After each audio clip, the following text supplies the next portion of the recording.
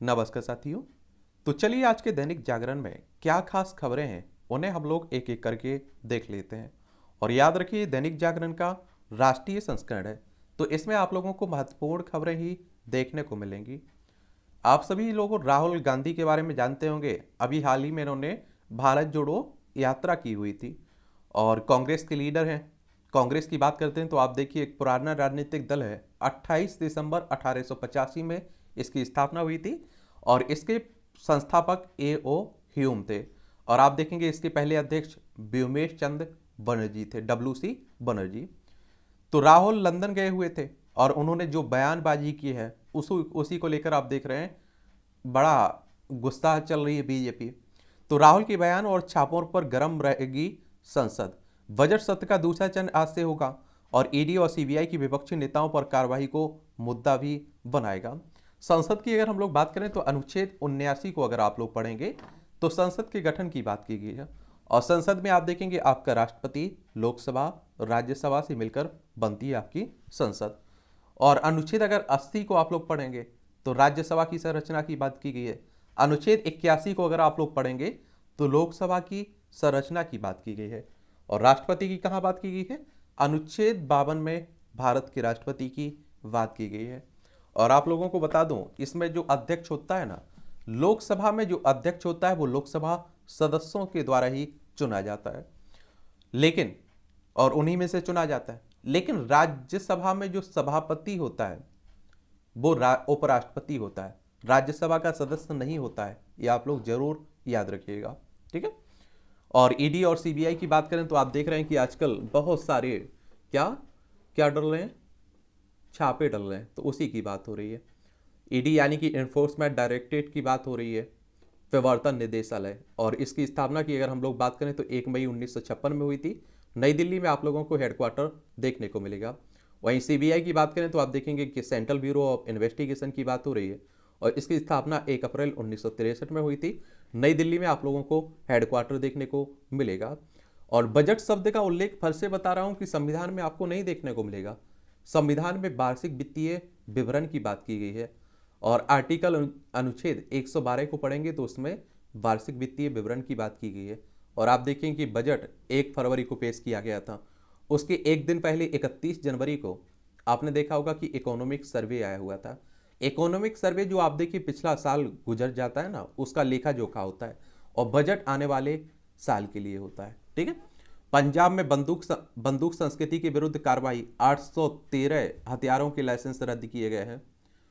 और आप देखेंगे पंजाब अलग ही चलता है और आपने देखा होगा यहाँ खालिस्तान बनाने की मांग होती रहती है। सिख धर्म के लिए एक अलग देश बनाने की बात होती रहती है। पंजाब की राजधानी चंडीगढ़ आपको देखने को मिलेगी। और इस यहाँ आप देखेंगे इसकी अंतर्राष्ट्रीय सीमा पाकिस्तान से लगती है। राज्यों में राजस्थान, हरियाणा, हिमाचल प्रदेश और जम्मू कश्मीर से लगती है। भगवंत मान यहाँ के चीफ मिनिस्टर हैं। क्या है? भगवंत मान यहाँ के चीफ मिनिस्टर देखने को मिलेंगे। और आप देखें कि राज्यपाल यहाँ की बनवारी लाल पुरोहित हैं। विधानसभा में 117 सीटें हैं, लोकसभा में 13 सीटें हैं, राज्यसभा में 7 सीटें हैं। 50,362 वर्ग किलोमीटर में आपका पंजाब फैला हुआ है। मजहबी कट्टरता मतांतरण का करना होगा प्रबल विरोध, ये आप देखिए संघ कह रहा है। संघ की बात करें तो आरएसएस की बात होती है और आरएसएस आप सभी जानते हैं कि राष्ट्रीय स्वयंसेवक संघ की बात कर रहा हूँ। इसकी स्थापना आप देखेंगे तो 27 सितंबर 1925 में हुई थी। नागपुर में हेडक्वार्टर देखने को मिलेगा। केशव बलिराम हेडगेवार इसके फाउंडर थे और हिंदू राष्ट्र हिंदुत्व की बात करता है संगठन, ठीक है। भारत के लोकतंत्र पर सवाल उठाना जनता का अपमान है। लंदन में लोकतंत्र को लेकर दिए गए राहुल के बयान पर मोदी ने साधा निशाना, कहा विदेशी धरती पर भारत का उपहास उड़ाने वाले बालों से सावधान रहें। ये आप देखिए कर्नाटक में प्रधानमंत्री साहब ने ये बात की है, क्योंकि कर्नाटक में आप देखिए चुनाव है इसी साल विधानसभा के। और आप देखेंगे कि इसकी सीमा कर्नाटक की राजधानी बेंगलोर, इसकी सीमा गोवा हो, महाराष्ट्र, तेलंगाना, आंध्र प्रदेश, तमिलनाडु, केरल से लगती है। 1 नवंबर 1956 में से राज्य बनाया गया था। और अभी वर्तमान में आप देखेंगे कर्नाटक के राज्यपाल हैं थावरचंद गहलोत और मुख्यमंत्री हैं बसवराज बुम्बई। और विधानसभा में 224 सीटें हैं, विधान परिषद में 75 सीटें हैं, राज्यसभा में 12 सीटें हैं, लोकसभा में 28 सीटें हैं। और इसका क्षेत्रफल 1,91,791 वर्ग किलोमीटर में फैला हुआ है आपका, ठीक है।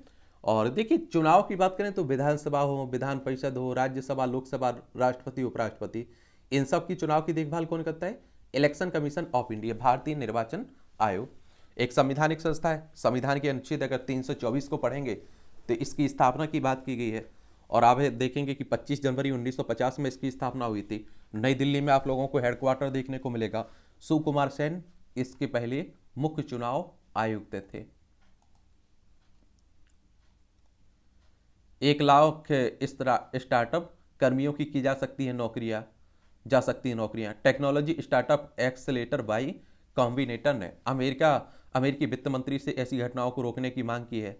और आप देखेंगे कि 10,000 स्टार्टअप के सामने खड़ा हुआ है कर्मचारियों को वेतन देने का संकट। अभी आपने देखा है कि अमेरिका स्थित जो सिलिकॉन वैली बैंक है वो दिवालिया हो गया है। उसका प्रभाव पूरी दुनिया पर पड़ रहा है। आवारा कुत्तों ने नोच नोच कर 2 सगे भाइयों को मार डाला। ये आप देखिए आजकल इस तरह के कुत्तों की से भी सावधान रहा करिएगा। आतंकवाद पर जीरो टॉलरेंस नीति जारी रहेगी। हमारे केंद्रीय गृह मंत्री है ना अमित शाह साहब कह रहे हैं। नौसेना बेड़े में शामिल होगी 200 से अधिक ब्रह्मोस मिसाइल। और आप देखते हैं कि हमारे पड़ोसी अगर पाकिस्तान हो, चाइना हो, और आप देख रहे हैं तो हमें अपनी सुरक्षा पर ध्यान देना ही होगा। और एयर इंडिया की उड़ान में धूम्रपान पर अमेरिकी यात्रा पर मुकदमा दर्ज हुआ है। लंदन से मुंबई आ रही थी ये फ्लाइट। मिड डे मील पर राज्यों की लापरवाह रवैये ने केंद्र नाखुश है। बच्चों को जो आप देखते हैं भोजन उपलब्ध कराया जाता है ना, उसी की बात एक तरह से आप लोग देख रहे हैं। और ये आप देखते हैं कि 1995 में शुरू हुई थी मिड डे मील योजना। समलैंगिक जोड़े की भारतीय परिवार इकाई से नहीं की जा सकती है तुलना। और समलैंगिक विवाह को कानूनी मान्यता की मांग का केंद्र ने सुप्रीम कोर्ट में किया विरोध। कहा याचिकाकर्ता नहीं कर सकते हैं मौलिक अधिकारों का दावा। मामले पर आज सुनवाई फिर से होगी।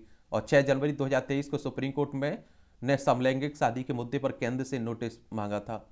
और देखिए एक और बात बताऊं, केंद्र सरकार ने कहा है कि विवाह संस्था के साथ पवित्रता जुड़ी हुई है। लेकिन आप देखिए आजकल इस तरह की शादियां भी बहुत होने लगी हैं। तो आपने अपनी मर्जी है लोग कहते हैं। और सुप्रीम कोर्ट में दाखिल हलफनामे में केंद्र ने कहा है कि आईपीसी की धारा 377 के तहत वैध किए जाने के बावजूद याचिकाकर्ता देश के कानून के तहत समलैंगिक विवाह को मान्यता के लिए मौलिक अधिकार का दावा नहीं कर सकते हैं।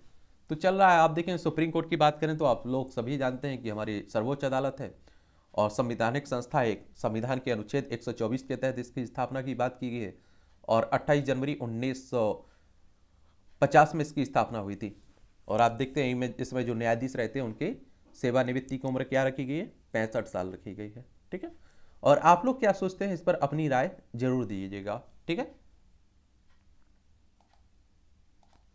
एक खबर है आपकी राष्ट्रीय राजधानी दिल्ली से जुड़ी हुई है। और विधायकों का वेतन और भत्ता 66% बढ़कर हुआ 90,000 रुपये। और H3N2 के साथ कई अन्य वायरस का भी फैला है संक्रमण। चलिए ये भी आप देखिए और सावधानी बरतते रहिए। हैप्पीनेस करिकुलम पर दिल्ली सरकार ने लॉन्च की यूट्यूब सीरीज। ये अच्छी बात है। शिक्षा पर तो आप देखते हैं दिल्ली सरकार की तारीफ होती रहती है। अप्रैल के पहले सप्ताह तक डीटीसी के बेड़े में 100 इलेक्ट्रिक बसें जोड़ने की बात हो रही है। शेषासुरी गेट का एएसआई कराएगा तकनीकी अध्ययन। और आप देखेंगे कि 1540 में शेषासुरी ने बनवाया था ये। और यह गेट दिल्ली के मशहूर 13 दरवाजों में से एक है। इस स्मारक में सुंदरीकरण भी किया जाना है। और इस गेट को शेषासुरी ने 1540 में बनाया था। यह दिल्ली के प्रवेश द्वारों में से एक है। इसकी ऊंचाई आप देखेंगे 15.5 मीटर है। यह मथुरा रोड पर पुराने किले के सामने आप लोगों को देखने को मिलेगा। एएसआई की बात करें तो आप देखें भारतीय पुरातत्व सर्वेक्षण की बात हो रही है। इसकी स्थापना कब हुई थी? इसकी स्थापना हुई थी 1861 में। और आप देखते हैं कि अलेक्जेंडर कनिंघम ने इसकी स्थापना की थी। और हेडक्वार्टर इसका नई दिल्ली में आपको देखने को मिलेगा। यमुना खादर का होगा कायाकल्प, लगाए जाएंगे 1 लाख पौधे। उपराज्यपाल साहब कह रहे हैं। टोकन नहीं, रैपिड ट्रेन में क्यूआर कोड से मिलेगी यात्रा की सुविधा। बहु उपयोगी होगा ये कार्ड। अच्छी बात है।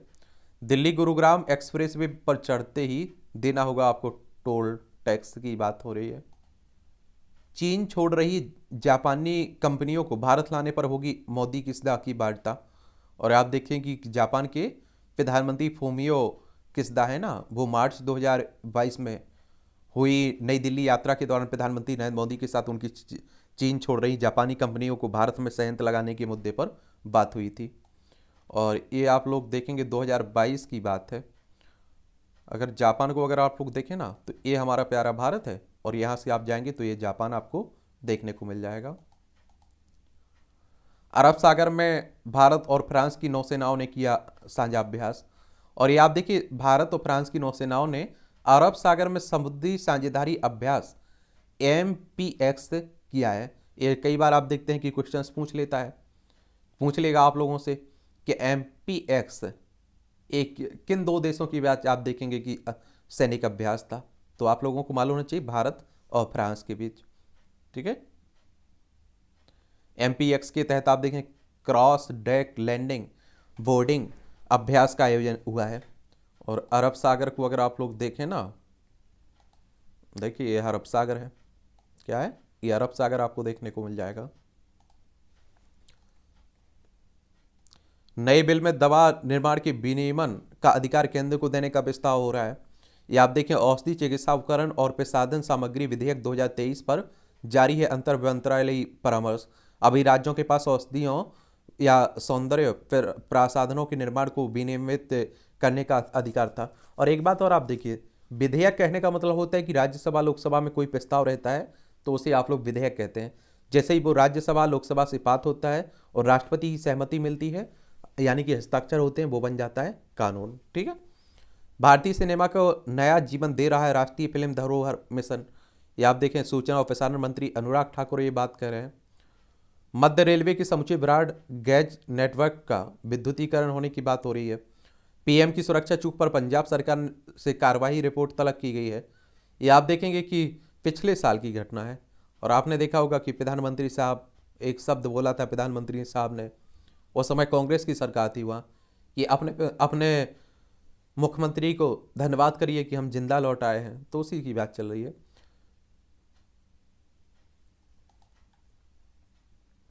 SCO के NSA बैठक में पाक की सीमित रहेगी हिस्सेदारी। और 29 मार्च को भारत के NSA अजीत डोभाल की अगुवाई में दिल्ली में होगी ये बैठक। और 16 मई 2022 को हुई थी बैठक में शामिल नहीं हुआ था पाकिस्तान, और इमरान खान सरकार में खाली था राष्ट्रीय सुरक्षा सलाहकार का पद। तो SCO के बारे में आप लोग जान लीजिए। पाकिस्तान तो हमारा पड़ोसी है, 1947 तक हमारा हिस्सा था। और आजकल आप देख रहे हैं कि दुख में है बेचारा, और कहते हैं भारतीय कहते हैं कि साथ देना चाहिए, लेकिन आप देखते हैं भारत कह देता है पहले आतंक पर अपने लगाम लगा लीजिए। संघाई सहयोग संगठन की बात करें तो आप देखें 15 जून 2001 में इसकी स्थापना हुई थी। बीजिंग चाइना में इसका मुख्यालय देखने को मिलेगा। चीन, Iran, Bharat, Kazakhstan, Kyrgyzstan, Pakistan, रूस, तजाकिस्तान, उज्बेकिस्तान इसके सदस्य हैं। चलिए, इस तरह के कार्टून भी कई एग्जाम में पूछ लेता है। Please lift please please please please, एक पाकिस्तान देखिए कह रहा है, IMF से कह रहा है। और IMF की बात करें अगर हम लोग, तो इंटरनेशनल मॉनेटरी फंड की बात हो रही है। इंटरनेशनल मॉनेटरी फंड, अंतर्राष्ट्रीय मुद्रा कोष, इसकी स्थापना की बात करें तो आप देखेंगे 27 दिसंबर 1945 में इसकी स्थापना हुई थी। अंतर्राष्ट्रीय वित्तीय संस्थान है। और अंतर्राष्ट्रीय मौद्रिक सहयोग को बढ़ावा देना, अंतर्राष्ट्रीय व्यापार को सुगम बनाना, स्थायी आर्थिक विकास को बढ़ावा देना, भुगतान संतुलन की कठिनाइयों का सामना करने वाले सदस्यों को संसाधन उपलब्ध कराना, और अंतर्राष्ट्रीय वित्तीय संकटों से बचाव और वसूली में सहायता करना इसका उद्देश्य है। और वॉशिंगटन DC USA में आपको इसका हेडक्वार्टर देखने को मिलेगा। और इस तरह के जो अंतर्राष्ट्रीय चाहे राष्ट्रीय संगठन है, उनके बारे में आप लोग हर हाल में याद रखा करिएगा। उनसे आपकी परीक्षाओं में क्वेश्चंस हर साल पूछे जाते हैं। और इसीलिए कहता हूं कि आप लोग जिस भी एग्जाम की तैयारी करें उसके पुराने क्वेश्चंस पेपर उठा के देखा करिएगा। हर चुनाव के बाद अग्नि परीक्षा से गुजरता है निर्वाचन आयोग, ये इलेक्शन कमीशन ऑफ इंडिया कह रहा है। राज्यपाल से सौजन्य मुलाकात में ही बघेल ने उठाया आरक्षण का मुद्दा। ये आप देखेंगे कि छत्तीसगढ़ की बात हो रही है। छत्तीसगढ़ में कांग्रेस की सरकार है और रायपुर इसकी राजधानी है। और आप देखेंगे कि मध्य प्रदेश से अलग करके बनाया गया था। कब की बात है ये बात है 1 नवंबर सन 2000 की। इसकी सीमा आप देखिए मध्य प्रदेश, महाराष्ट्र, तेलंगाना, आंध्र प्रदेश, उड़ीसा, झारखंड और उत्तर प्रदेश से लगता है। भूपेश बघेल यहाँ के क्या है, मुख्यमंत्री हैं। और आप देखेंगे कि एक तरह से बेवकूफ़ बनाना है बस। आरक्षण आप देखते हैं कि 50% से अधिक रख देना, 76% तक ले जाना, और उन्हें पता है कि आप देखेंगे कि या तो राज्यपाल अनुमति नहीं देगा या आप देखिए अदालत उसे खारिज कर देगी, लेकिन फिर भी राजनीति वोट बैंक का बात है तो वो इस तरह के कदम उठाते रहते हैं। और विश्वभूषण हरिचंदन यहाँ के राज्यपाल हैं। विधानसभा में 90 सीटें हैं, राज्यसभा में 5 सीटें हैं, लोकसभा में 11 सीटें हैं। 1,35,192 वर्ग किलोमीटर में ये फैला हुआ है। ठीक है। कर्नाटक की सियासी दिशा तय करेंगे विश्व स्तरीय infra projector. Bangalore मैसूरी express way के उद्घाटन के साथ परियोजनाओं के जरिए दिखा डबल इंजन का दम। और आप देखिए केंद्र सरकार ने स्पष्ट कर दिया है कि विधानसभा चुनाव के दौरान विकास रहेगा मुद्दा, अपनी तैयारियां दिखाएगा। और सबसे लंबा रेलवे प्लेटफॉर्म, पीएम ने श्री सिद्धरूढ़ा स्वामी हुबली स्टेशन पर दुनिया का सबसे लंबा रेलवे प्लेटफॉर्म भी राष्ट्र को समर्पित किया है। यह आप देखेंगे 1507 मीटर लंबा प्लेटफॉर्म बनाया गया है और इसे Guinness book of world record में भी मान्यता प्रदान की गई है। इस पर कुल आप देखें 20 करोड़ रुपए का खर्च किया गया है।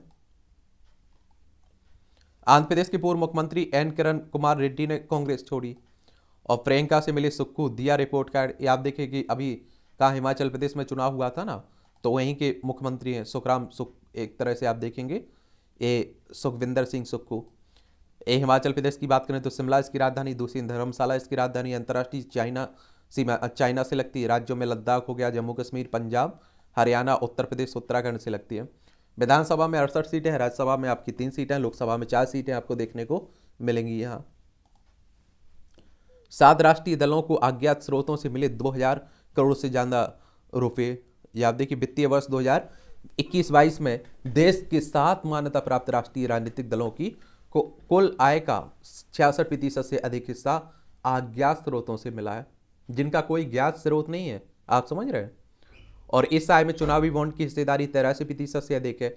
और चुनावी सुधारों के लिए काम करने वाली संस्था में एसोसिएशन फॉर डेमोक्रेटिक रिफॉर्म्स ने रिपोर्ट जारी कर इसकी जानकारी दी है। और इस रिपोर्ट में भाजपा की अज्ञात स्रोतों से प्राप्त कुल आय अन्य 6 राष्ट्रीय दलों की आय से 149.86 करोड़ रुपए अधिक है। और आप देखिए जो चंदा देते हैं लोग, अब आप सभी जानते हैं कि अगर चंदा आप दे रहे हैं तो आप सरकार से कुछ उम्मीद भी तो रखते होंगे। जो बड़े बड़े बिजनेसमैन होते हैं वो अगर आप देखते हैं इस तरह का चंदा देते हैं तो वो अपने उसके बदले में कुछ लेते भी हैं। टीएमसी के हवाले से दिए गए विवरण में विसंगति आप लोगों को देखने को मिलेगी। और ये आय के स्रोत हैं, आय का स्रोत दिए बिना आय घोषित अज्ञात स्रोत है। ऐसे अज्ञात स्रोतों में चुनावी बॉन्ड, कूपन की बिक्री, राहत कोष, विविध आय, स्वैच्छिक योगदान और बैठकों व मोर्चों में से योगदान के माध्यम से आय शामिल होती है। वासाकुआ को नहीं मिला है अज्ञात स्रोतों से कोई फंड, यानी कि बीएसपी की बात हो रही है, आजकल बहुत बुरी स्थिति में चल रही है, तो कहां से मिलेगा आप सभी जानते हैं। लोकतंत्र की बात करने वाले ही घोंट रहे हैं उसका गला, योगी आदित्यनाथ कह रहे हैं। राष्ट्रपति के अभिभाषण पर चर्चा के दौरान विपक्ष पर खूब बरसे उत्तर प्रदेश के मुख्यमंत्री योगी आदित्यनाथ। और उत्तर प्रदेश आप सभी जानते हैं राजनीति की दृष्टि से काफी महत्वपूर्ण है। लखनऊ इसकी राजधानी, अंतर्राष्ट्रीय सीमा नेपाल से लगती है। राज्यों में आप देखें तो बिहार हो गया, झारखंड, छत्तीसगढ़, मध्य प्रदेश, राजस्थान, हरियाणा, हिमाचल प्रदेश, उत्तराखंड और आपका नई दिल्ली से लगता है। 8 राज्यों से लगता है और 1 केंद्र शासित प्रदेश से लगता है।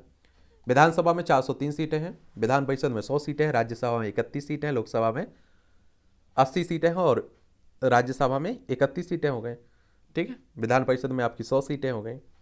योगी आदित्यनाथ यहाँ के मुख्यमंत्री हैं। राजस्थान में भाजपा कांग्रेस को टक्कर देने के लिए सक्रिय हुई पार्टियां। और ये आप देखें कि इसी साल राजस्थान में भी चुनाव है, इसलिए आप देख रहे हैं कि यहाँ भी चर्चा काफ़ी हो रही है। और राजस्थान की बात करें तो क्षेत्रफल में सबसे बड़ा राज्य है राजस्थान, जयपुर इसकी राजधानी है। और इसका क्षेत्रफल आप देखें 3,42,239 वर्ग किलोमीटर में फैला हुआ है। अंतर्राष्ट्रीय सीमा पाकिस्तान से लगती राज्यों में गुजरात, मध्य प्रदेश, उत्तर प्रदेश, हरियाणा और पंजाब से लगती है। और यहाँ के मुख्यमंत्री अशोक गहलोत साहब हैं। कलराज मिश्रा यहाँ के राज्यपाल हैं। विधानसभा में 200 सीटें हैं, राज्यसभा में 10 सीटें हैं, लोकसभा में 25 सीटें आपको देखने को मिलेंगी। तृणमूल को सत्ता रहा है मुस्लिम वोट बैंक का खिसकने का डर। ये आप सभी को मालूम है कि वेस्ट बंगाल की बात हो रही है और ममता बनर्जी की पार्टी है ये। और आप देखेंगे अगर वेस्ट बंगाल को, तो कोलकाता इसकी राजधानी है, पश्चिम बंगाल की, इसकी सीमा उड़ीसा, झारखंड, उसके बाद पटना, बिहार, सिक्किम और असम 5 राज्यों से लगती है। अंतर्राष्ट्रीय सीमा नेपाल, भूटान, बांग्लादेश 3 देशों से लगती है। और सीवी आनंद बोस यहाँ के राज्यपाल हैं। विधानसभा में आप देखें 294 सीटें हैं, लोकसभा में 42 सीटें हैं, राज्यसभा में आपकी 16 सीटें हैं। 88,752 वर्ग किलोमीटर में आपका पश्चिम बंगाल फैला हुआ है, तो ये भी आप लोग याद रखिएगा। मध्य प्रदेश विधानसभा चुनाव के लिए युवा प्रत्याशियों पर दोनों पार्टियों की नज़र है, ये आप सभी को मालूम होना चाहिए। मध्य प्रदेश को 1 नवंबर 1956 में राज्य बनाया गया था। विधानसभा में आप देखें 230 सीटें हैं, राज्यसभा में 11 सीटें हैं, लोकसभा में 29 सीटें यहाँ देखने को मिलेगी। इसकी सीमा उत्तर प्रदेश, राजस्थान, गुजरात, महाराष्ट्र और छत्तीसगढ़ से लगती है, 5 राज्यों से लगती है। शिवराज सिंह चौहान यहाँ के मुख्यमंत्री हैं वर्तमान में। यहाँ भी इसी साल चुनाव है। आदिवासियों को वनवासी कहना अपमानजनक है, शरद पवार कह रहे हैं, ये आप देखिए। महाराष्ट्र की राजनीति के कद्दावर नेता माने जाते हैं। बिहार से जदयू की पूर्व सांसद मीना सिंह के बेटे के साथ भाजपा में शामिल हुई हैं। तो अब आप देखते हैं राजनीति में एक जगह से दूसरी जगह लगा रहता है आना जाना। सार्वजनिक परिवहन में हर तीसरा यात्री रहा है हाथापाई अवैधता का साक्षी, ये आप देखिए चलता रहता है। और जागरूकता से कम होंगे मामले ऐसे, और आप लोग देखिए होना चाहिए, जागरूकता ही सबसे अच्छा रिजल्ट देती है। बिहार के मंत्री तेज प्रताप के सरकारी आवास से 5 लाख की चोरी हुई है। निजी सचिव मिसाल सिन्हा ने इस बारे में सचिवालय थाने में दर्ज कराया है केस। और आरोपित दीपक ने कहा है कि मंत्री से है 25 साल पुरानी पहचान, 90,000 हड़पने के लिए कराया झूठा मुकदमा। ये आप सभी जानते हैं कि बिहार के मंत्री हैं तेज प्रताप लालू प्रसाद यादव के बेटे हैं। मध्य प्रदेश व महाराष्ट्र में 5 जगहों पर एनआईए की छापेमारी हुई है। एनआईए यानी कि नेशनल इन्वेस्टिगेशन एजेंसी की बात हो रही है। और मुझे लगता है कि डेली अगर आप लोग जुड़े हुए हैं ना, तो इस तरह की बहुत सारी संस्थाओं के बारे में आपको कंठस्थ आज हो जाएगा, ठीक है। और नेशनल इन्वेस्टिगेशन एजेंसी की बात हो रही है। इसकी स्थापना 31 दिसंबर 2000 कब हुई थी? 2008 में इसकी स्थापना हुई थी। नई दिल्ली में ही हेडक्वार्टर देखने को मिलेगा इसका।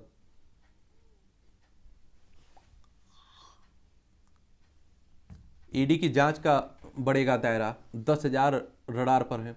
और सीबीआई तेजस्वी यादव को एक और समन भेजने की तैयारी में है। दस्तावेज सार्वजनिक हो, किस मकान को मात्र 4 लाख में खरीदा गया, ये राजद कह रहा है। क्योंकि अभी आप देखते हैं कि लालू प्रसाद यादव पर अच्छे छापे डल रहे हैं काफ़ी। लालू परिवार के पैसों पर छापे से बहुत खुश हैं नीतीश कुमार, ये सुशील मोदी कह रहे हैं। ये राजनीति चलती रहती है हमारे देश में, तो ज़्यादा परेशान होने की ज़रूरत नहीं है। आरोपों में घिरे मालू ने बचाव में जारी किया सतीश का वीडियो। कुबेर गुटखा कंपनी के मालिक उद्योगपति विकास मालू की फार्म हाउस हुई थी सतीश कौशिक की मृत्यु। ये आप देखें एक्टर थे ना, उन्हीं की अब देखिए मौत की हत्या की बात होने लगी है। तो अब देखिए जांच के बाद ही मालूम चलेगा क्या है। वीरावना का आरोप हम नजरबंद किया गया है और घरों के चारों तरफ पुलिसकर्मी तैनात, किसी से मिलने नहीं दिया जा रहा है। ये आप लोगों को मालूम होगा, पुलवामा हमले के जो बलिदानियों की वीरांगनाएं हैं ना, जो उनका परिवार है ना, वो आप देखते मांग रख रहा है कुछ सरकार के सामने। और ऐसा नहीं कि केवल राजस्थान की बात है, आप देखिए पूरे देश में हमारे सैनिक कितना बहादुरी से लड़ते हैं, हमारी रक्षा करते हैं, हर मौसम में आप देखिए अपना कर्तव्य निभाते हैं। और जब वो शहीद हो जाते हैं तो उनके परिवार भटकते फिरते हैं सरकारों के पीछे, नेताओं के पीछे। तो उसी पर रोक लगाने की भी बात होती है, कुछ अच्छा रास्ता निकले वहाँ से। मतांतर रोकने के लिए संतों ने सफाई कामगारों के घर में किया भोजन और हरि भोजन। ये आप लोगों को मालूम होना चाहिए, धर्म परिवर्तन की बात होती है मतांतरण कहने का मतलब, ठीक है। आदिवासी छात्राओं के साथ यौन शोषण का आरोपित शिक्षक गिरफ्तार हुआ है। मध्य प्रदेश की घटना है। तो आप सोचिए क्या हम लोग सोचते हैं अपने शिक्षकों को, जो हमारे रक्षक हैं वही भक्षक निकल आते हैं। पाक को रास नहीं आ रही जम्मू कश्मीर में शांति, यहाँ के डीजीपी कह रहे हैं। और आप देखते हैं कि जम्मू कश्मीर से 370-35 से हटा दिया गया है और जम्मू कश्मीर को 2 भागों में, जम्मू कश्मीर लद्दाख में बांट दिया गया। दोनों केंद्र शासित प्रदेश हैं। और जम्मू कश्मीर को हम लोग खुश होते हैं जम्मू कश्मीर में, तो पाकिस्तान को तो वो भी राज नहीं आता है। तो क्या करें, खुश होना छोड़ दें। चलिए, पुलिस के आगे पाक का पासपोर्ट षड्यंत्र ध्वस्त हुआ है। मकसद की गहन छानबीन किए बिना किसी को नहीं दिया जा रहा है पासपोर्ट। साजिश के चलते वादी में भाड़े के आतंकी भी नहीं मिल रहे पाक को। और आप देखिए बहुत कुछ बदल गया है अब। और पाकिस्तान भी जानता है 370 आने वाला नहीं है, 35 से लौटने वाला नहीं है। सीबीआई ऑपरेशन त्रिशूल ने सऊदी अरब से वापस लाई भगोड़ा। और भगोड़ा यानी कि आप देखिए यहाँ से बैंकों से उधार लेकर लूट कर भाग जाते हैं, दूसरे देश में बैठे रहते हैं। एलओसी और कश्मीर में हथियार गोला बारूद बरामद हुआ। देखिए एलओसी यानी कि आप देखें जो पाकिस्तान कब्जा किए हुए हैं ना हमारा हिस्सा, उसी के भाग को आप देखते हैं एलओसी कहते हैं। उसके बीच जो आप देखते हैं कि सीमा खींची रहती है ना, सीमा रेखा तय की गई है, उसी को। माफिया थी की बीबी पर 25,000 का इनाम घोषित किया है। ये अभी आपने देखा है उमेश हत्यापाल हत्याकांड हुआ था। और एक बात और आप लोगों को मालूम होना चाहिए कि एक समय आप देखिए कि इलाहाबाद प्रयागराज में दबदबा हुआ करता था, उत्तर प्रदेश की राजनीति में कद्दावर नेता हुआ करता था। तो क्या कहते हैं ना कि कब क्या बदल जाए कह पाना बड़ा मुश्किल है। सिवनी से पकड़े गए संदिग्ध को एनआईए ने छोड़ा। आप देखिए मध्य प्रदेश के फूलों के रंग से सारोबोर हुए बाबा महाकाल भक्त निहाल। ये उज्जैन की बात हो रही है, आप सभी जानते हैं ज्योतिर्लिंग। यहाँ आप देखेंगे कि महाकालेश्वर का मंदिर आपको देखने को मिलेगा, सिप्रा नदी के किनारे है। और 12 साल में यहाँ कुंभ का मेला भी लगता है। टाइल काटने वाली मशीन से युवती का कत्ल, सबके आधा दर्जन टुकड़े। देखिए इस तरह के टुकड़े की भी देख रहे हैं आप लोग। एक घटना हुई उसके बाद इन्होंने भी मोटिवेशन ले लिया है और इन्होंने उससे भी आप देखिए कि उस तरह की घटनाएं करने लगे हैं। पर्यावरण और गौ संरक्षण संघ स्वावलंबन को गति दे रहे हैं गोकास्ट फैक्ट्री। खाद्य प्रसंस्करण उद्योगों में हो रहा है प्रयोग। लकड़ी के सापेक्ष प्रदूषण और कीमत कम, ग्रामीणों को भी आय बढ़ी है। अच्छी पहल है, आप देखेंगे। सेना के हेलीकॉप्टर की खेत में आपात परिस्थितियों में लैंडिंग की गई है। जोधपुर निकट भारतीय वायु सेना के हेलीकॉप्टर, कुछ खराबी आ जाती है तो आप देखते हैं लैंडिंग होती है। ये आप देखें राहुल गांधी के द्वारा जो विदेश में जो शब्द कहे जा रहे हैं, जो बातें कही जा रही हैं, उसी के बारे में लिखा जा रहा है, पढ़ सकते हैं। ये विश्व का सबसे बड़ा लोकतंत्र है भारत, और आप देखते हैं हम दुनिया का सबसे बड़ा लोकतंत्र भरने का दम भी भरते रहते हैं। लगभग 140 करोड़ की आबादी हो चुकी है और 45.6% लोगों ने किया था मताधिकार का प्रयोग 1951 में। और मतदान का आंकड़ा पहली बार 1962 हुआ था 50%। और 66.4% मतदान हुआ था 2014 की लोकसभा चुनाव में। और 2019 में जो अब तक का सर्वा देखे 67.4% बढ़ा था। ये 17.3 करोड़ मतदाता थे 1951 में देश में हुए पहले लोकसभा चुनाव में, और 94.5 करोड़ पर पहुंच चुकी है देश में मतदाताओं की संख्या वर्तमान में भारत में। और सबसे बड़े लिखित संविधान से चलता है हमारा भारत। लोकतांत्रिक शासन पद्धति के प्राण संविधान में निहित होते हैं और विधि के शासन के सिद्धांतों और दार्शनिक विचारों से प्रेरित होकर संविधान दिशा निर्देश दे सकता है। और भारत के संविधान में ऐसे सभी लक्षण विद्यमान हैं। वेस्टमिनिस्टर मॉडल पर आधारित संसदीय तंत्र में भारत में बहुमत को सर्वोच्च वरीयता दी जाती है और संसद का कार्यपालिका पर प्रशासनिक वित्तीय दोनों तरह से नियंत्रण होता है। और भारतीय संविधान अधिकारों और कर्तव्यों के बीच संतुलन का एक तरह से अनूठा दस्तावेज ही है और इससे दृढ़ व्यवस्था पर प्रश्न उठाना अज्ञानता ही है। अनुच्छेद 75(3) के तहत मंत्रिपरिषद लोकसभा के प्रति सामूहिक रूप से उत्तरदायी होती है। अनुच्छेद 112 से 117 के प्रावधानों द्वारा वित्त पर संसद को नियंत्रण दिया गया है। प्रत्येक सदन की विक्रिया नियमावली में भी प्रशासनिक वित्तीय नियंत्रण के लिए स्पष्ट प्रावधान है। और आप देखते हैं कि 448 अनुच्छेद हैं भारतीय संविधान में और इस आधार पर यह विश्व का सबसे बड़ा संविधान है। 12 अनुसूचियां और 25 भाग में हमारे संविधान को विभाजित किया गया है। ठीक है। और विधि निर्माण में संसद न्यायिक पुनर्वलोकन में न्यायपालिका और नागरिकों से संबंधित विषय पर कार्यपालिका को अधिकार दिए गए हैं। अनुच्छेद 122 में संसदीय कार्यवाही में न्यायिक हस्तक्षेप नहीं करने का उल्लेख किया गया है। अनुच्छेद 121 में कहा गया है कि जब तक किसी न्यायाधीश को पद से हटाने का प्रस्ताव विचाराधीन नहीं है तब तक सदन में न्यायाधीश के आचरण पर चर्चा नहीं की जाएगी। अनुच्छेद 50 में कार्यपालिका और न्यायपालिका के बीच शक्ति का स्पष्ट पृथक्करण किया गया है और न्यायपालिका की स्वतंत्रता को सुनिश्चित करने के साथ ही उसे निरंकुश होने से बचाने के लिए समस्त न्यायिक शक्तियां संविधान में रखी गई हैं। चलिए, तो आप देखेंगे राहुल गांधी का अपना विचार था। आप क्या सोचते हैं, अपना विचार दे सकते हैं। और बिहार में जाति आधारित जनगणना में पूछे जाने वाले प्रश्नों का गजट जल्द जारी हो। जल्द ये घर घर जाकर प्रश्न पूछने का दूसरा दौर 15 अप्रैल से शुरू हुआ होगा। ये आप देखिए कि जाति आधारित जनगणना कहने का मतलब है कि जातियों की जनगणना तो हो, किस जाति के कितने लोग हैं, समझ रहे हैं आप लोग। कई लोग इसके पक्ष में हैं, कई लोग कहते हैं कि अगर जाति आधारित जनगणना होती है तो लोगों के जो अधिकार हैं, जो उनके पिछड़ेपन का पता है, उसके बारे में मालूम चलेगा। और कई लोग दूसरे जो इसके विरोध में हैं वो कहते हैं अगर जाति आधारित जनगणना हुई तो जातियों की आपसी वैमनस्यता बढ़ेगी, दुश्मनी बढ़ेगी। वो सोचेंगे हमारी जनसंख्या इतनी है, हमारी जनसंख्या इतनी है। बॉम्बे हाईकोर्ट की अहम टिप्पणी, टायर फटना ईश्वरीय घटना नहीं है, मानवीय लापरवाही है। अनवर्त का उनकी बेटी समेत 12 कार्रवाइयों से होगा आमना सामना।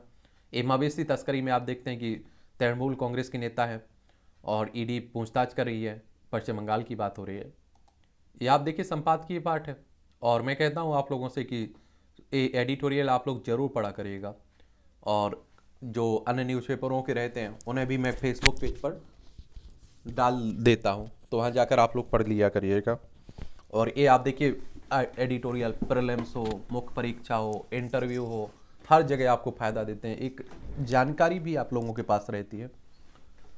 उल्टा पड़ता दुष्प्रचार अभियान, ये आप देखें भारत का मन क्षुब्ध और आहत है। कुछ निहित स्वार्थ तत्वों और विदेशी मीडिया घराने देश की जनता द्वारा विधि सम्मत निर्वाचित प्रधानमंत्री नरेंद्र मोदी और भारत के विरुद्ध लगातार झूठ फैला रहे हैं। उन्हें भारत की लगातार बढ़ती विश्व प्रतिष्ठा से चिढ़ है और इस अभियान में देश के वामपंथी उदारवादी भी शामिल हैं और वे प्रधानमंत्री मोदी के नेतृत्व में विकसित आत्मनिर्भर और स्वाभिमानी भारत की प्रतिष्ठा गिराने में संलग्न है।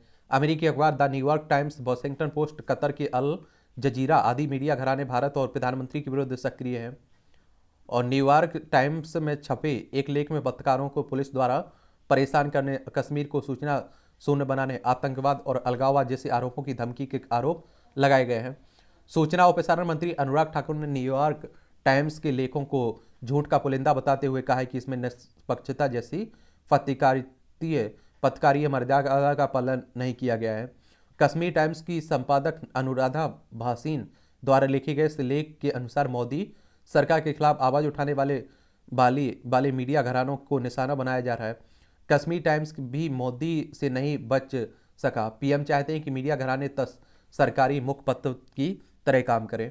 और उल्लेखनीय है कि अनुराधा पर श्रीनगर में 5 सरकारी फ्लैटों पर अवैध कब्जे का आरोप भी है और प्रशासन ने फ्लैट वापस ले लिए हैं। बीबीसी भी भारत और मोदी विरोध के इस अभियान में शामिल है और बीबीसी की डॉक्यूमेंट्री जो आप देखते हैं 2002 के गुजरात दंगों पर आधारित है। और मूलभूत प्रश्न यह है कि 21 साल बाद ऐसी मनगढ़ंत फिल्में बनाने का क्या उचित है। भाजपा कांग्रेस के मध्य विरोध स्वाभाविक है। विचारिक आधारित दल होने के कारण भाजपा पंडित जवाहरलाल नेहरू, इंदिरा गांधी, उनके परिजनों की सरकारों के विरुद्ध तथ्यगत आरोप लगाती है और आपातकालीन तानाशाह की याद कराती है। यह कथित उदारवादी मीडिया द्वारा कहा जाता है कि 2023 में नेहरू और इंदिरा गांधी से जुड़े विषय उठाने के क्या तुक है। दूसरी ओर वही लोग सावरकर की 1921 की घटनाओं का उल्लेख करते हैं।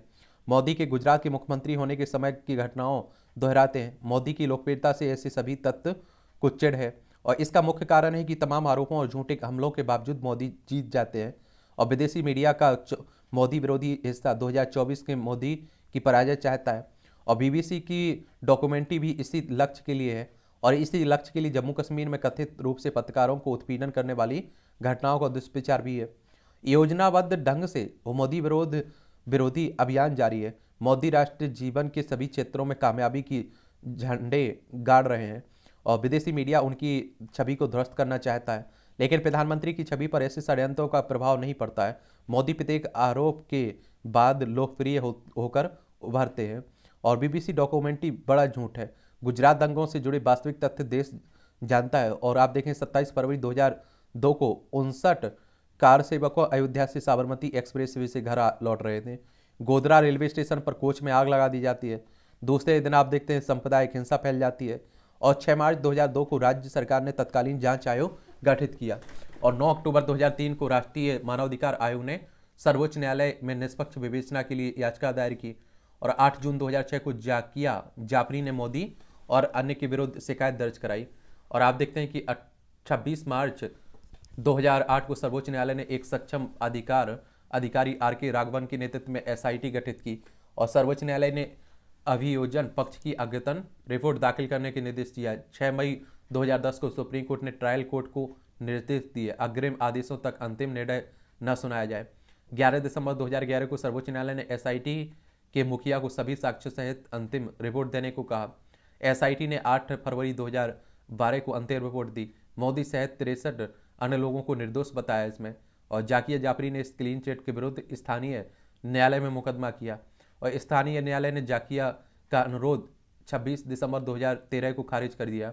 जाकिया सुप्रीम कोर्ट गई और 26 अक्टूबर 2021 को सर्वोच्च न्यायालय ने सुनवाई शुरू की और 24 जून 2022 को सुप्रीम कोर्ट ने जाकिया के पक्ष को निरस्त किया और मोदी को क्लीन चिट देने का निर्णय बहाल रहा। सालों साल चली सुनवाई में मोदी निर्दोष पाए गए और बीबीसी क्या नई बात बताना चाहता है। सत्य की विजय हुई, झूठ हार गया। तथ्य यही है कि सत्य कभी पराजित नहीं होता है। मोदी सरकार ने 9 वर्षों में देश विदेश में आश्चर्यजनक सफलता पाई है। इस अवधि में भारत विरोधी मोदी विरोधी अभियान जारी है और देश में असहिष्णुता बढ़ने का सिगोफा छेड़ा गया है। भारतीय समाज को असहिष्णु बताना राष्ट्र का अपमान है और कथित उदारवादियों द्वारा पुरस्कार वापसी का अभियान चलाया है और नागरिकता संशोधन कानून को लेकर हिंसक प्रदर्शन हुआ।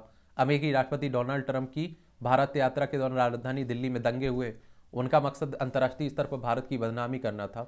तमाम विदेशी संस्थाएं भारत की असहिष्णुता, लोकतंत्र और संवैधानिक संस्थाओं की उदारता पर फर्जी सर्वेक्षण प्रकाशित करती है। लोकतंत्र समाप्ति का नारा देती हैं, सरकार पर असंवैधानिक संस्थाओं को ध्वस्त करने का आरोप लगाती हैं। कोविड महामारी के दौरान मोदी सरकार की प्रशंसा स्वयं विश्व स्वास्थ्य संगठन ने की थी और लेकिन ऐसे तथ्य भारत में कोविड के सफल प्रबंधन के भी निंदक थे और लगभग 34 करोड़ की जनसंख्या वाले अमेरिका में उस दौरान रोजाना हजारों मौतें हो रही थी, जबकि मोदी इसकी 4 गुना भारतीय आबादी में सफल प्रबंधन करने में कामयाब रहे। ऐसे में अनुराग ठाकुर का यह कहना यथार्थ है कि भारतवासी अपने यहाँ राष्ट्र विरोधी दुष्प्रचार का ऐसे एजेंडा चलाने की अनुमति नहीं दे सकते हैं। ये लेखक हैं, उत्तर प्रदेश के विधानसभा के पूर्व अध्यक्ष भी हैं।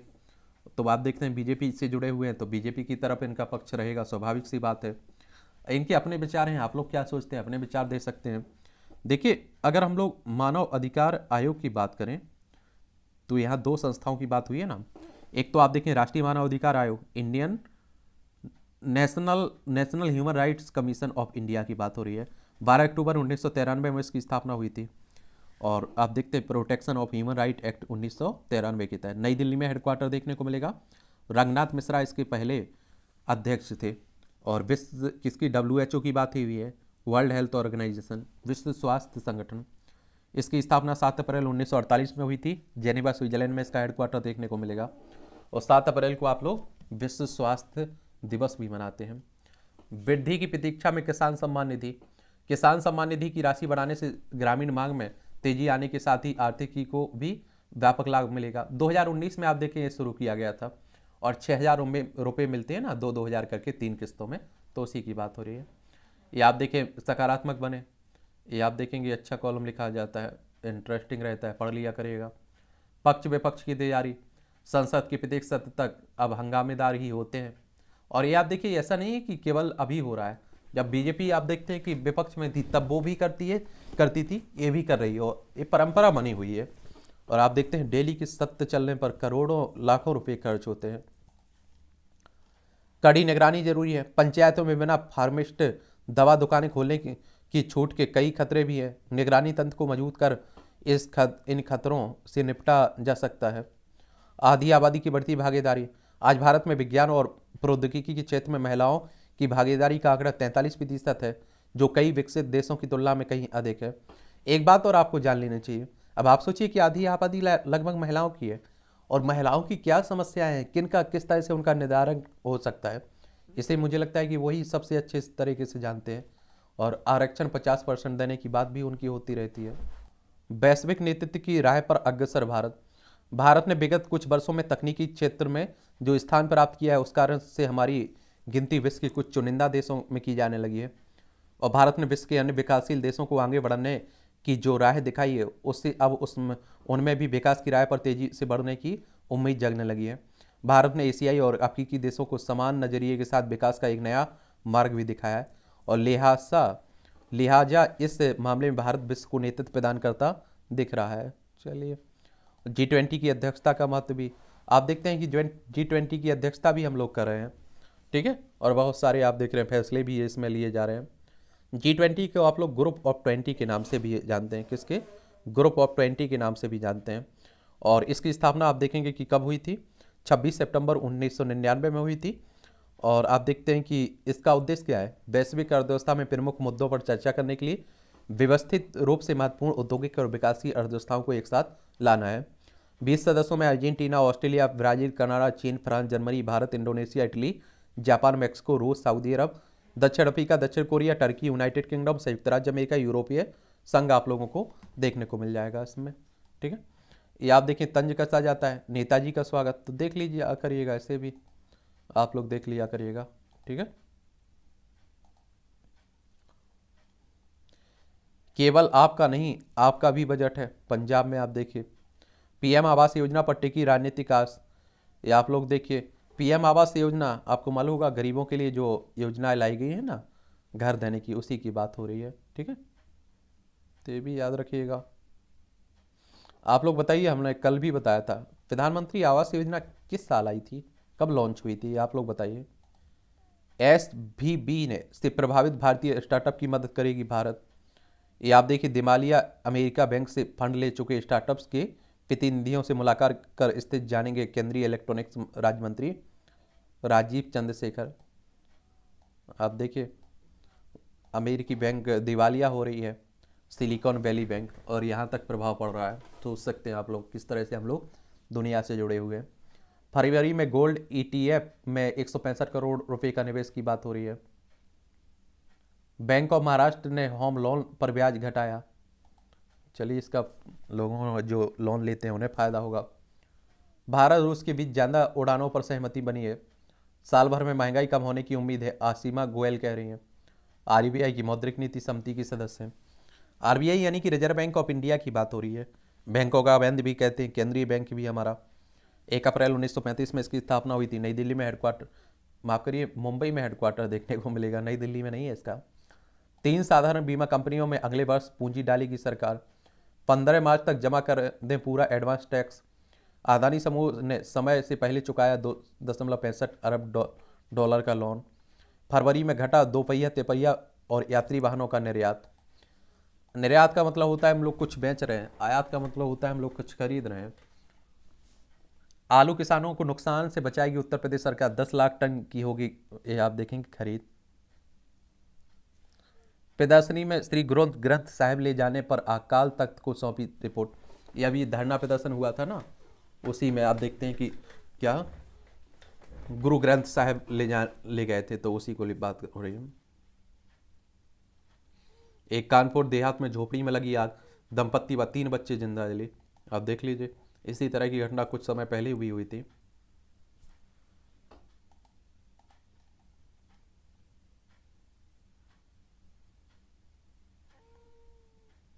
सामवेद के पहले उर्दू अनुवाद का विमोचन करेंगे भागवत साहब, राष्ट्रीय स्वयंसेवक संघ। राष्ट्रीय खिलाड़ी देने वाले बेगूसराय में सुविधाओं का अभाव, PT उषा कह रही हैं। और 26 फरवरी से जिले में चल रहे सांसद खेल प्रतियोगिता का हुआ समापन। तो ये होना चाहिए। ओलंपिक संघ की अध्यक्ष है ना ये उड़न परी PT उषा की बात हो रही है। संघ ने राजपथ का नाम कर्तव्य पथ किए जाने को सराहा है। संघ ने, RSS ने। यूक्रेन के दोनेत्स्क क्षेत्र में सेना का हमला जारी रहेगा, रूस कह रहा है। ये आप देखिए 1 साल से ज़्यादा का समय हो चुका है और रूस यूक्रेन के बीच युद्ध खत्म नहीं हो रहा है। ये यूक्रेन है, ये रूस है, ये हमारा प्यारा भारत है। कब खत्म होगा ये भी कह पाना बड़ा मुश्किल है। ब्रिटेन में इंग्लिश चैनल की ओर से घुसपैठ करने वाले भारतीयों की संख्या बढ़ी। पाकिस्तान में मानवाधिकार उल्लंघन पर अमेरिकी सांसद ने चिंता जताई है। चलिए पाकिस्तान भी बड़ा उठापटक चल रही है, राजनीतिक उठापटक भी चल रही है। BBC की खेल कवरेज दूसरे दिन भी बाधित रही है। ब्रिटिश ब्रॉडकास्टिंग BBC की बात हो रही है। अमेरिका से प्रतिबंधित जनरल ली सांगपू को चीन ने रक्षा मंत्री बनाया। केरल के मुख्यमंत्री ने चीन के राष्ट्रपति को दी, ये आप देखेंगे, बधाई। भारत में डीप टेक्नोलॉजी के क्षेत्र में व्यापक संभावना है। कैदियों की अदला बदली पर ईरानी दावे को अमेरिका ने किया खारिज।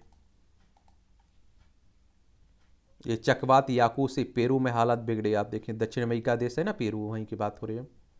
अफगानिस्तान को नहीं दिया गया सार्क महासचिव का पद।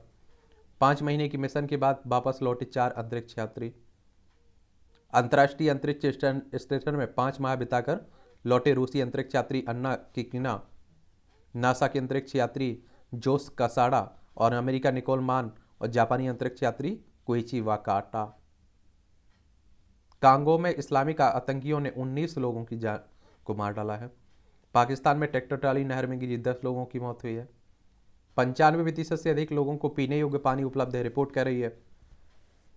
इस सर्वे मोबाइल फोन से लेकर शौचालय तक की स्थिति के बारे में बताया गया है।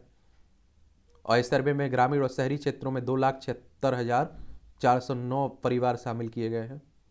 नेशनल सैंपल सर्वे की बात हो रही है। युवा विज्ञानी पर आडवाणी की आवाज निकालकर ठगी का आरोप 10 साल बाद केस दर्ज हुआ है। आतंकी गतिविधियों के शक में 2 युवक गिरफ्तार हुए हैं मध्य प्रदेश में। सभी खबरों पर मुझे लगता है कि एक नज़र तो आपको डालते ही रहना चाहिए, ठीक है। एक खेल का क्षेत्र है। 39 महीने बाद विराट के बल्ले से आया टेस्ट शतक। अंतर्राष्ट्रीय क्रिकेट में कोहली ने लगाया 75वां सैकड़ा। अहमदाबाद टेस्ट में ऑस्ट्रेलिया के विरुद्ध खेली अनूठी पारी। एक गेंदबाजों पर टिकी उम्मीद। आप देखेंगे टीम इंडिया अभी ऑस्ट्रेलिया से 88 रनों से आगे है। एक ही गेंद पर दोनों टीमों ने लिया DRS। महिला प्रीमियर लीग चल रहा है, IPL, उन्हीं की बात हो रही। मां ने प्रीति के क्रिकेटर बनने के सपने को मरने नहीं दिया। और श्रीलंका के विरुद्ध न्यूजीलैंड को जीत की आशा है। स्वातिक की विजयी शुरुआत। एसीज रैंकिंग की पोलैंड की एगा स्वातिक के ने किलारे लीव को 65 मिनट में हराकर BNP परिवास ओपन टेनिस टूर्नामेंट में विजयी शुरुआत की है। एम्बापे ने अंतिम क्षणों में PSG को जिताया। ये अंतिम क्षणों में स्ट्राइकर काइलियन एम्बापे की बात हो रही है। इन्होंने आप देखिए पेरिस सेंट जर्मन ने फ्रेंच लीग में ब्रेस्ट की 2-1 से हरा दिया है। हरमनप्रीत सिंह के हैट्रिक से जीती भारतीय पुरुष हॉकी टीम। ये आप देखिए राउरकेला के बिरसा मुंडा स्टेडियम में आयोजित प्रो हॉकी लीग में रविवार को ऑस्ट्रेलिया को 5-4 से हरा दिया है। विश्वास का बिरवा, ये भी पढ़ते रहा करिएगा। खुशी का इजहार करने वाले चंचल राग फेलू ले बदल अंदाज अपना। पुस्तकों का साथ बच्चों की बात। किसानों के लिए सस्ता स्वदेशी ड्रोन तैयार। सर्वे संघ लेगा तस्वीरें भी। अच्छी बात है किसानों के लिए। बरसे पंचमी के रंग। मध्य प्रदेश के मालवा क्षेत्र में SCO के सदस्य देश आपस में न्यायिक सहयोग करें, CGI कह रहे हैं। और 2024 में अगला सम्मेलन उज्बेकिस्तान में होना है। संघाई सहयोग संगठन की बात हो रही है। उत्तराखंड की खास टेकर स्नाइपर डॉग बनी कैटी, 30 सेकंड में पकड़ा कातिल। गजब। मुंबई में बढ़ते वायु प्रदूषण को लेकर BMC ने किया समिति का गठन। ये पुरातात्विक और आनुवांशिक रूप से गंगा घाटी से जुड़ा पूर्वोत्तर भारत। ये आप देखिए नई नई खोजें होती रहती हैं, बताती जाती हैं इस पर। इसे भी पढ़ लिया करिएगा, जनरल नॉलेज की जानकारी मिल जाती है। परीक्षा के पॉइंट व्यू से भी जानकारी मिल जाती है। फैंस के कारण भारतीय क्रिकेट को देखना पड़ा था शर्मनाक दिन। एक कोलकाता की ईडन गार्डन्स स्टेडियम में 1996 में आज ही भारतीय क्रिकेट को एक शर्मनाक दिन देखना पड़ा था। विश्व के सेमीफाइनल में श्रीलंका के खिलाफ भारतीय टीम के खराब प्रदर्शन से भटके प्रशंसकों ने हंगामा मचा दिया था। हंगामा के कारण मैच बीच में ही रोकना पड़ा था। डायर को उधम सिंह ने लिया था जलियांवाला बाग हत्याकांड का बदला। किसने? डायर को मारकर।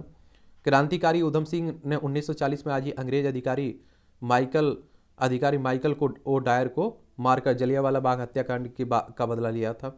और डायर के आदेश पर 1919 में 79 लोगों पर गोलियां चलाई गई थी। तभी उधम सिंह ने बदला लेने की ठानी और 21 साल बाद लंदन में उन्हें इसका मौका मिला था। विश्व कुश्ती चैंपियनशिप जीतने वाले पहले एशियाई थे जतिंद्र यादव। विश्व कुश्ती चैंपियनशिप जीतने वाले पहले एशियाई पहलवान जतिंद्र चरण गुहा का जन्म 1892 में आज ही कोलकाता में हुआ था। उनके दादा पिता बड़े पहलवान थे। जतिंद्र का मन कुश्ती में नहीं लगता था, लेकिन परिवार के सम्मान के लिए 1910 में अखाड़े में उतरे। अखाड़े में उन्हें गोवर गुहा के नाम से प्रसिद्ध मिली और आप देखते हैं कि 1921 में अमेरिका में विश्व कुश्ती चैंपियनशिप जीतने वाले पहले एशियाई बने थे। इटली, इंग्लैंड, स्विट्जरलैंड समेत कई देशों में कुश्ती प्रतियोगिता में जीत हासिल की थी इन्होंने। डायमंड रेटल स्नेक, या देखिए अमेरिका के टेक्सास के स्वीट वाटर में विश्व के सबसे बड़े रेटल स्नेक राउंड अप में कुंडी मारे बैठा पश्चिमी डायमंड स्टेल स्नेक, देख लीजिए। सेटल स्नेक की विश्व में लगभग 30 प्रजातियां और उपप्रजातियां हैं। पूंछ में रेटल वाली एक संरचना के कारण इन्हें नाम मिला है। विश्व में सबसे बड़े सांप आमतौर पर 6 फीट से अधिक लंबाई के होते हैं। ऑस्कर समारोह में भारत को काफ़ी उम्मीद है। आरआरआर के hit dance track Naatu Naatu, All That Breathes और द एलिफेंट भी स्पर्श के ऑस्कर के लिए कतार में होने के साथ 95वीं अकादमी पुरस्कार भारत के लिए काफ़ी ऐतिहासिक साबित हो सकता है। बांझ करने के मामले में बहू ही नहीं, सास भी जिम्मेदार है। पुरुष अपने डीएनए के 46 गुणसूत्र में आधे पिता और आधे माता से भी प्राप्त करते हैं। CDFD के निदेशक ने BHU में उजागर कर किया पुरुष बांझपन का रहस्य। पुरुष बांझपन के लिए जिम्मेदार जीनों की हुई पहचान। ये आप लोगों को एक और बात बता दूं, अभी आपने मालूम होगा कि अगर विवाहित दंपत्ति के बच्चे नहीं हो रहे हैं तो उसमें बहू को जिम्मेदार या पत्नी को जिम्मेदार ठहरा दिया जाता है। लेकिन अब आप देखिए नपुंसक यानी कि पुरुषों भी जिम्मेदार रहते हैं, ये भी आप लोगों को मालूम होना चाहिए। और पुरुष बांझपन के लिए जिम्मेदार जीन कौन कौन से? VRDT, CETN1 और CATSPERD और GMCL1, SPATA6, TSSK4 और TSSK6, TSKS और ZNF318। चलिए अभी आप देखते हैं करिएगा। पर्याप्त नींद ना लेने से भी दिल से जुड़ी बीमारियों का जोखिम है, तो लेते रहिए पर्याप्त, ये अनुसंधान से मालूम चलता है। अनिश्चितता वाले काम से बढ़ता है मोटापा। रोजगार के अनिश्चितता सूचकांक में 1 पॉइंट की वृद्धि से 18 पॉइंट तक बढ़ सकता है VAMI। टेबल टेनिस की गेंद और सेविंग फॉर्म से बना रिकॉर्ड। चलिए आप देखिए ऑस्ट्रेलिया की बात है, रिकॉर्ड बनाने के लिए लोग कुछ भी कर लेते हैं। ये मूवियों से जुड़ी खबरें हैं, पढ़ना है तो पढ़ लीजिए और छोड़ना है तो छोड़ सकते हैं आप लोग। और इस तरह से आप देखेंगे कि आज के न्यूज़पेपर की कहानी खत्म होती है। आप लोग पढ़ते रहिए, एंजॉय करते रहिए। और मैं बार बार बोल रहा हूँ कि 1 घंटे न्यूज़पेपर के लिए आप लोग हर हाल में रखिएगा, ठीक है। और देखिए पढ़ाई तो विस्तार में जाकर, गहराई में जाकर ही होती है। शॉर्टकट रास्ते आप देखेंगे कम ही अपनाया करिएगा, ठीक है। चलिए, अपने कोई सवाल हो, आप लोगों के सुझाव हो मेरे लिए, तो आप लोग ज़रूर भेजा करिएगा नीचे।